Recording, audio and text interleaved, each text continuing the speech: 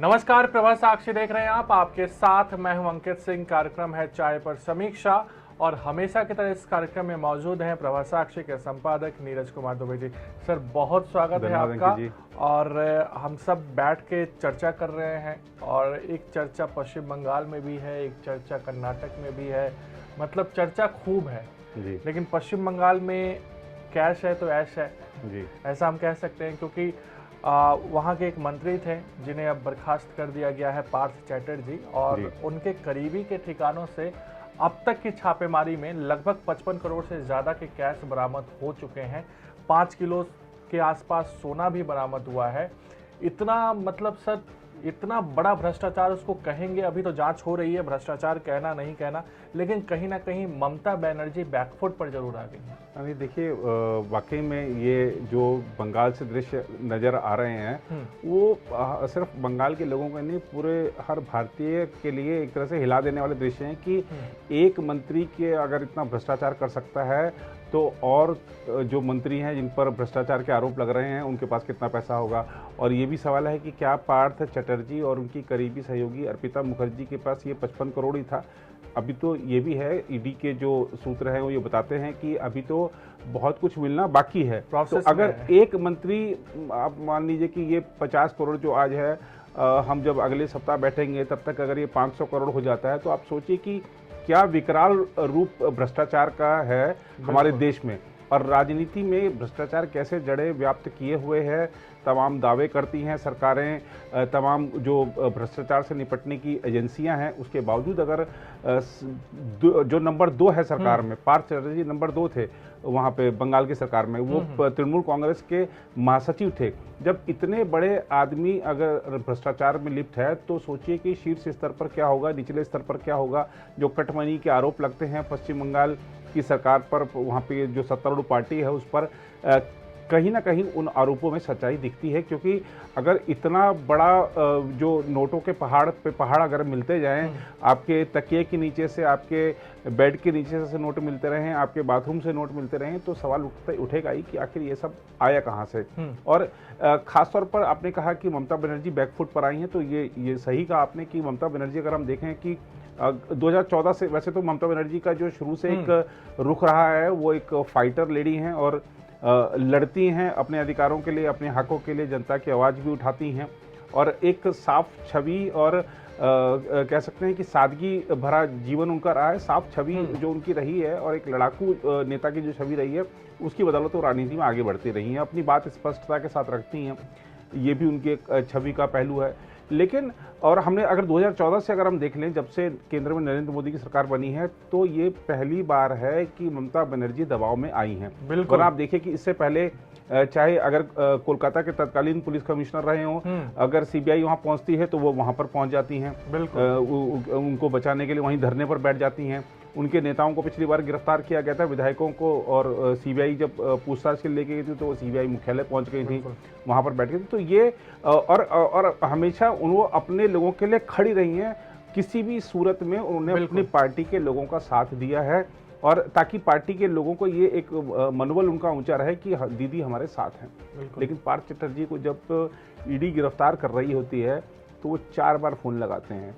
चारों बार सिर्फ यही मैसेज आता है कि आप जिसको डायल कर रहे हैं वो आपका कॉल नहीं ले रहे हैं, कृपया थोड़ी देर बाद मिलाएं, कृपया थोड़ी देर बाद मिलाएं। वो कॉल नहीं उठता है, ईडी उनको उठा कर ले जाती है। और थोड़ी दिन बाद, शायद 2 या 3 दिन बाद, ममता बनर्जी की प्रतिक्रिया आती है पहली कि हम भ्रष्टाचार को बर्दाश्त नहीं करेंगे। देखिए, आप एक बड़ा परिवर्तन जो है वो परिवर्तन ये है कि इस बार ममता बनर्जी ने या टीएमसी ने ये आरोप नहीं लगाया कि राजनीतिक द्वेष से कार्रवाई की जा रही है, ये बड़ी बात, या फिर जो केंद्रीय एजेंसियों को दुरुपयोग हो रहा है। दूसरे दल भले आरोप लगाते, लेकिन टीएमसी ने नहीं लगाया।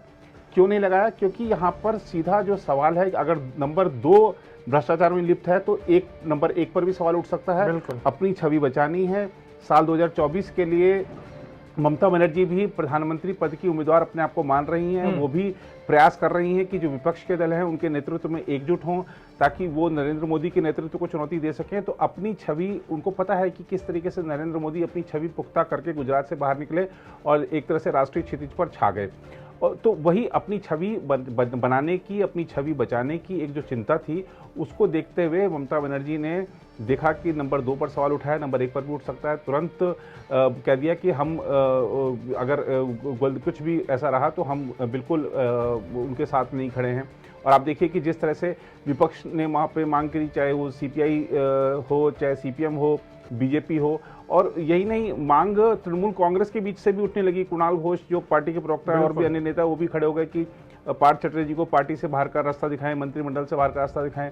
मंत्रिमंडल की पहली बैठक हुई, उसमें पार्थ चटर्जी को बाहर करने का आदेश दे दिया ममता बनर्जी ने। तो ये और उसके बाद फिर जो टीएमसी के भी सभी पदों से उनको हटा दिया गया, और ये भी कह दिया गया कि जो अर्पिता मुखर्जी जिनके घर में करोड़ों रुपए मिल रहे हैं वो टीएमसी की मेंबर रही है। तो टीएमसी ने पूरी तरह किनारा कर लिया है।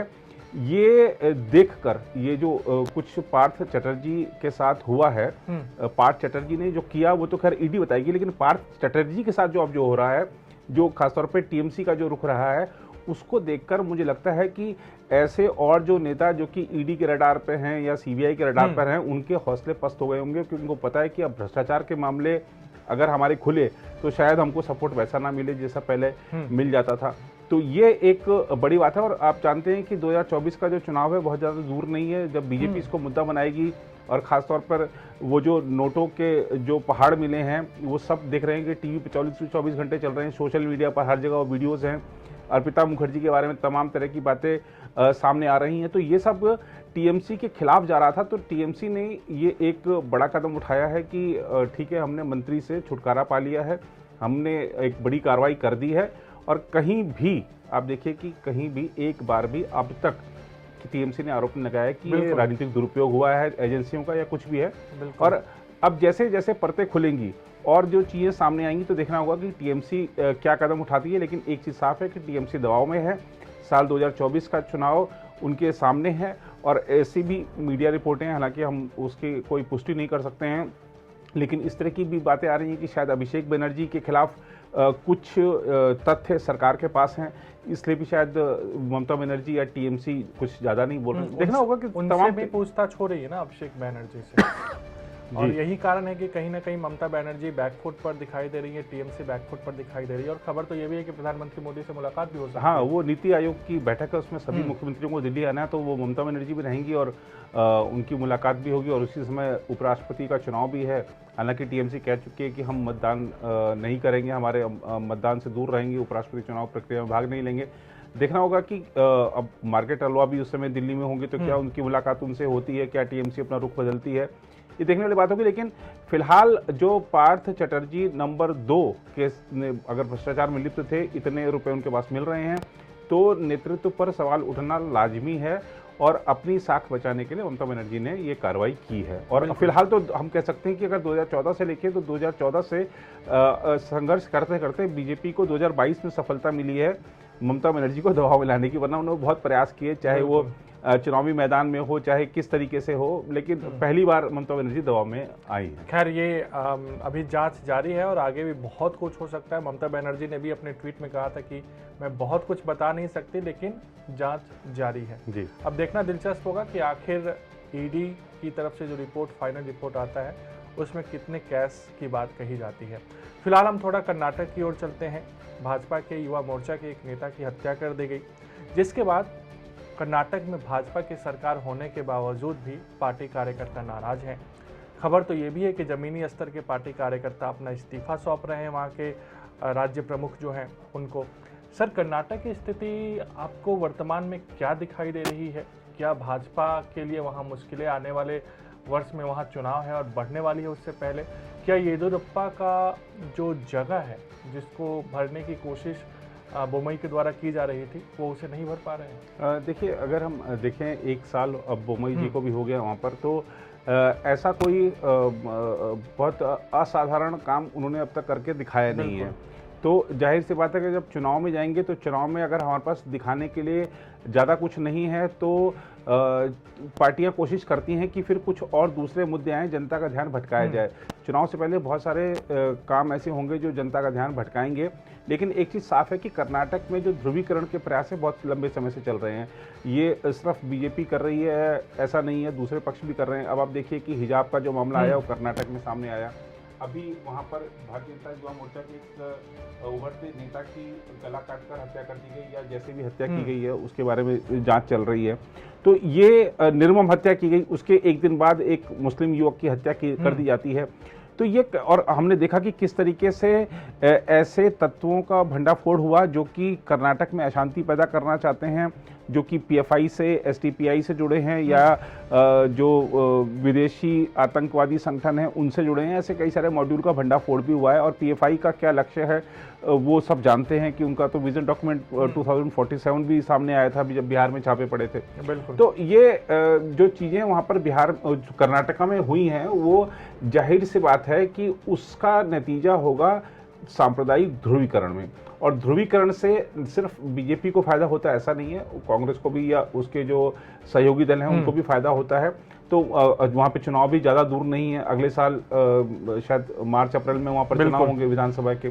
तो ये उससे पहले एक प्रयास चल रहा है। और कर्नाटक में देखिए बीजेपी क्या कैडर आधारित पार्टी है और अगर कैडर नाराज है, अब देखिए कि मुंबई सामने बड़े वहाँ पे आयोजन करने थे अपनी पहली सरकार की पहली वर्षगांठ पर। हालांकि 4 साल हो गए बीजेपी को, लेकिन वो अपनी मुंबई जी का 1 साल हुआ। तो उन्होंने बड़े आयोजन कर रखे थे, उनका तैयारी कर रखी थी, लेकिन सारे के सारे उनको रद्द करने पड़े। जेपी नड्डा को कर्नाटक जाना था वो भी दौरा रद्द करना पड़ा क्योंकि पार्टी का कैडर नाराज हो गया। वहाँ पर जो आप नेता होता है वो चुनाव लड़ता है अपने कैडर के बल पर, अपने कार्यकर्ताओं के बल पर। कार्यकर्ता नाराज है, निराश है कि आप हिंदुत्ववादी जो लोग हैं उनकी रक्षा नहीं कर पा रहे हैं, उनको सुरक्षा नहीं कर पा रहे हैं, तो सरकार को जवाब देना ही पड़ेगा। और जब अपनी सरकार है तो वो जवाबदेही कार्यकर्ताओं के प्रति ज़्यादा बन जाती है। कार्यकर्ता को नाराज करके कोई पार्टी चुनाव जीत नहीं सकती है। तो वहाँ पर अभी शीर्ष से लेकर जो मंडल स्तर तक के नेता हैं बीजेपी की वो सब हिले पड़े हैं कि कैसे हम अपने जो कार्यकर्ता उनको शांत करें। तो जैसे इसीलिए तो शायद बोमई जी ने कह भी दिया है कि अगर जरूरत पड़ती है तो हम योगी मॉडल को लागू करेंगे। बिल्कुल। और देखिए योगी मॉडल की जो लोकप्रियता है सिर्फ अब यूपी तक नहीं रही, हमने देखा कि किस तरह से मध्य प्रदेश में बुलडोजर चला, असम में चला, यहाँ तक कि उड़ीसा में चल गया और अब अगर दक्षिण में पहुँचता है तो ये भी एक योगी जी के मॉडल की लोकप्रियता ही होगी। और ये जो मॉडल है उत्तर प्रदेश का, जो योगी मॉडल है, वो योगी मॉडल सिर्फ बुलडोजर मॉडल नहीं है, सिर्फ बुलडोजर चल गया यही मॉडल उसकी हम कह सकते हैं कि खाली महत्ता नहीं है। योगी मॉडल का मतलब ये है कि अपराधियों में, आतंकवादियों में या जो शरारती तत्व होते हैं उनके मन में खौफ रहे, कानून का डर रहे, कानून के प्रति डर रहेगा तो कानून का शासन बना रहेगा, ये योगी मॉडल है। तो अब आपने कहा है कि मैं अगर जरूरत पड़ती है तो योगी मॉडल अपनाऊंगा, तो इससे भी खाली इतनी सी बात से भी जो ऐसे तत्व हैं उनके मन में खौफ पैदा हो सकता है कि अगर हम कल को कुछ गलत कर सकते हैं तो बुलडोजर चल सकता है या बड़ी कार्रवाई हो सकती है, पुलिस हमको छोड़ेगी नहीं। तो जब तक डर नहीं होगा तब तक कानून का शासन बनेगा नहीं। तो वहाँ पर मुझे लगता है कि जो अशांति फैलाने की कोशिश हुई है उससे पुलिस और प्रशासन फिलहाल तो हमको लगता है कि सही तरीके से निपट रहा है, लेकिन केरल सरकार को भी इसमें पूरा सहयोग करना चाहिए। अगर पीएफआई का उसमें हाथ है प्रवीण नेतारू की हत्या में और कर्नाटक पुलिस उसमें सहयोग मांग रही है जांच में, तो परस्पर सहयोग तो वैसे भी राज्य पुलिस करती है, लेकिन अगर ऐसी कोशिश हो रही है कि इस मामले को धार्मिक एंगल दिया जाए, अशांति पैदा की जाए, तो दोनों राज्यों की पुलिस को मिलकर काम करने की जरूरत है। बिल्कुल, और यही तो हमारे देश की खूबसूरती है कि कोई भी चीज़ ऐसा होता है तो समाज एकजुट हो जाता है और जो भी दोषी होता है उसके खिलाफ सज़ा की मांग होती है। देखना दिलचस्प होगा कि आखिर कर्नाटक में जो आरोपी हैं या आरोपी आगे निकलकर सामने आएंगे उनके खिलाफ क्या कार्रवाई होती है, क्योंकि अब तो इस मामले की जांच एनआईए भी करेगी, ऐसी सिफारिश मुख्यमंत्री की ओर से कर दी गई है। फिलहाल आज के लिए चाय पर समीक्षा कार्यक्रम में इतना ही। अगले सप्ताह फिर आपसे मुलाकात होगी। तब तक मुझे यानी अंकित सिंह और प्रभा साक्षी के संपादक नीरज कुमार दुबे को दीजिए इजाजत। फिर मुलाकात होगी। नमस्कार। अगर आप भी लेना चाहते हैं देश दुनिया की तमाम जानकारी तो आज ही सब्सक्राइब करें हमारे चैनल को। साथ ही नीचे दिए बेल आइकन को जरूर दबाएं ताकि हर अपडेट आप तक पहुंच सके।